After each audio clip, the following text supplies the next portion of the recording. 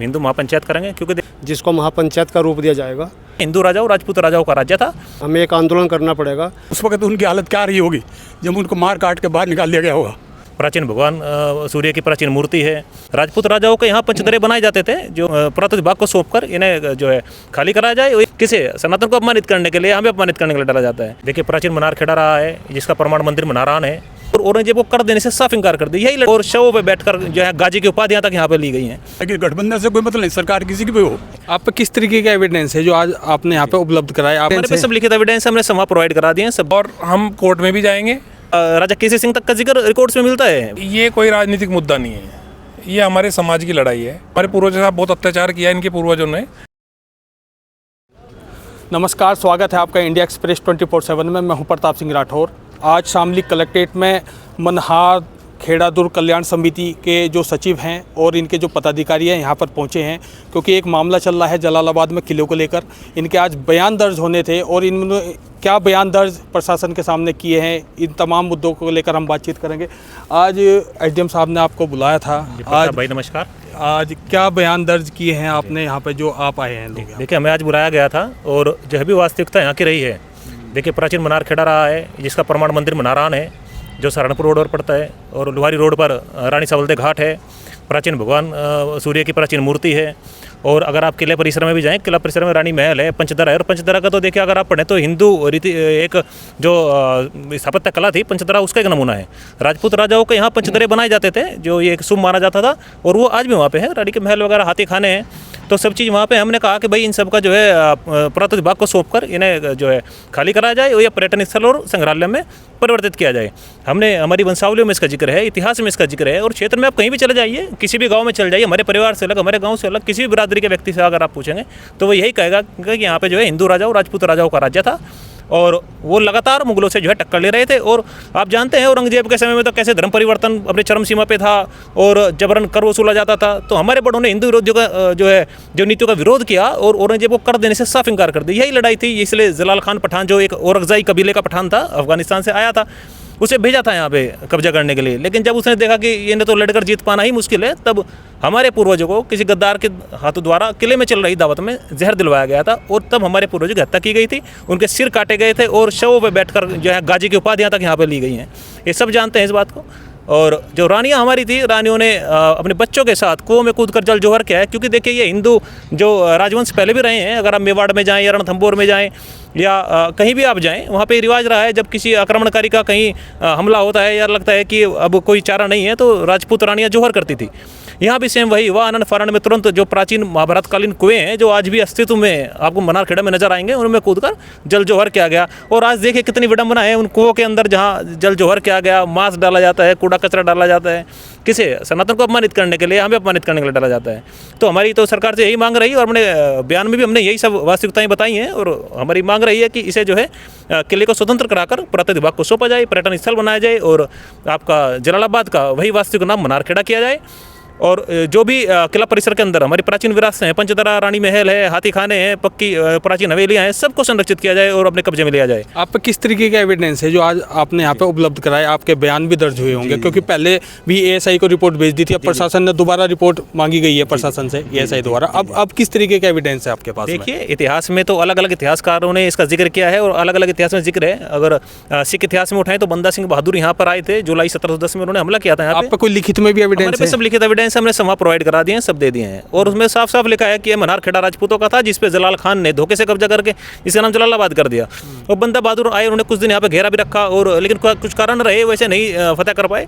उसके बाद फिर अंग्रेजों ने भी लिखा है, university of London, university of Michigan है लंदन में, वहाँ के भी रिकॉर्ड में जो है इसका जिक्र आता है। आपने सब अवेलेबल करा दिया? सब अवेलेबल हमने कराया है। राजा कारा, रानी सावलदे और राजा केसी सिंह तक का जिक्र रिकॉर्ड्स में मिलता है, ब्रिटिशर्स के रिकॉर्ड में मिलता है। अंग्रेजी भी अपने जो है रिकॉर्ड्स में कहते हैं कि ये मनार खेड़ा था या मनार गाँव था राजपूतों का, जहाँ पे जो ये कर नहीं देते थे, टर्बुलेंट विलेज था और राजपूत, तो इसीलिए औरंगजेब ने इस पर जो है कब्जा करने के लिए जलाल खान को भेजा था। तो सब एविडेंस वंशावली हमारे पास हैं। हम तो आप जानते हैं हिंदुओं के अंदर तो प्राचीन वंशावली का रिवाज है। हमारे राजपूत राजवंशों की प्राचीन वंशावलियाँ तो कई हजार साल पुरानी वंशावली हमारे पास है। सब प्रमाण हमने दिए हैं, उसमें तो कोई ऐसा बात नहीं है। अच्छा, अगर हम बात करें तो जो विधायक जी हैं अशरफ अली जी, उनका गठबंधन, वे लोकदल से हैं विधायक, यहाँ पर गठबंधन भी बीजेपी के साथ में है और बीजेपी का कोर वोट भी राजपूत माना जाता है। तो किस तरीके से ये पटाक्षेप होगा इस मामले को लेकर? देखो, कहीं ना कहीं तो प्रेशर रहेगा शासन प्रशासन का, सरकार का, कहीं ना कहीं। ये कोई राजनीतिक मुद्दा नहीं है, ये हमारे समाज की लड़ाई है और ये हमारे पूर्वज ने बनाया था। हम तो सरकार से मांग कर रहे हैं कि इसे खाली कराया जाए इससे, क्योंकि ये इसने हमारे पूर्वजों के साथ बहुत अत्याचार किया इनके पूर्वजों ने, और वहाँ पे जो मारकाट मचाई गई, जहर दे के धोखे से कब्जा किया गया, वो सब चीज़ें हमारे पास लिखित में है। हमारे पूर्वजों ने ये किला बनाया था।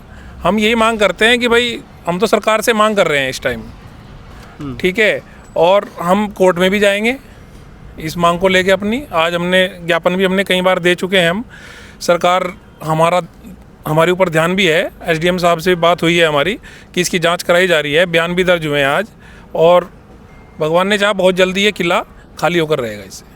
अच्छा, आप तो बाबूजी बुजुर्ग हैं, आपको तो पता होगा इतिहास के बारे में भी, क्योंकि आपने भी कभी पहले भी सुनी होंगी ये बातें। देखो, जब से हमारा जन्म हुआ जी, तब से हमें बताया गया इस तरह से गांव के बारे में। हमारा गांव यहाँ से 8 किलोमीटर दूर है, जिस जलालाबाद इसको कहते हैं, मीनारगढ़ के से।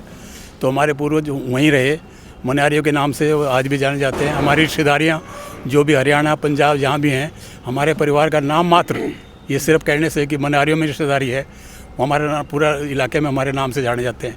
रही इस किले की बात, किला जो पूर्वजों ने बनाया था, बनाने के बाद में आतंकवादियों ने जितने भी थे विदेशी तत्व, उन्होंने एक ज़बरदस्ती कब्जा करके, आज भी देख ली बांग्लादेश में क्या हो रहा, उसी तरह से यहाँ भी हुआ।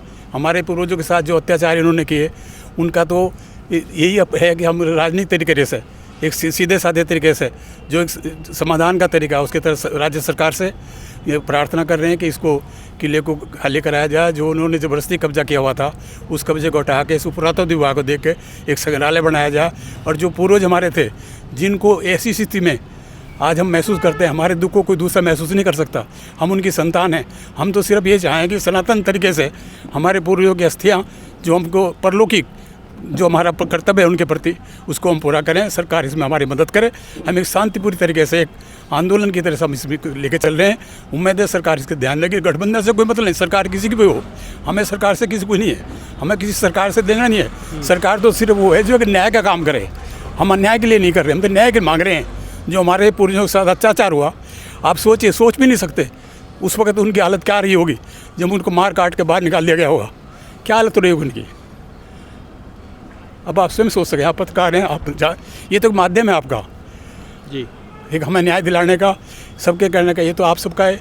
एक वो है जिस अच्छा, तरह ये मांग अभी 2-4 साल से ही अब एक्टिव हुई है, क्योंकि समिति को भी शायद 2020 से बनी है। उससे पहले कुछ ऐसा देखने को नहीं मिला, कुछ ऐसा देखने को तो मिला, शुरू से इच्छा तो रही। अब भगवान इनको शक्ति दे, यंग ब्लड है, अब इन्हें पता लगा हमारे प्रॉब्लम क्या है।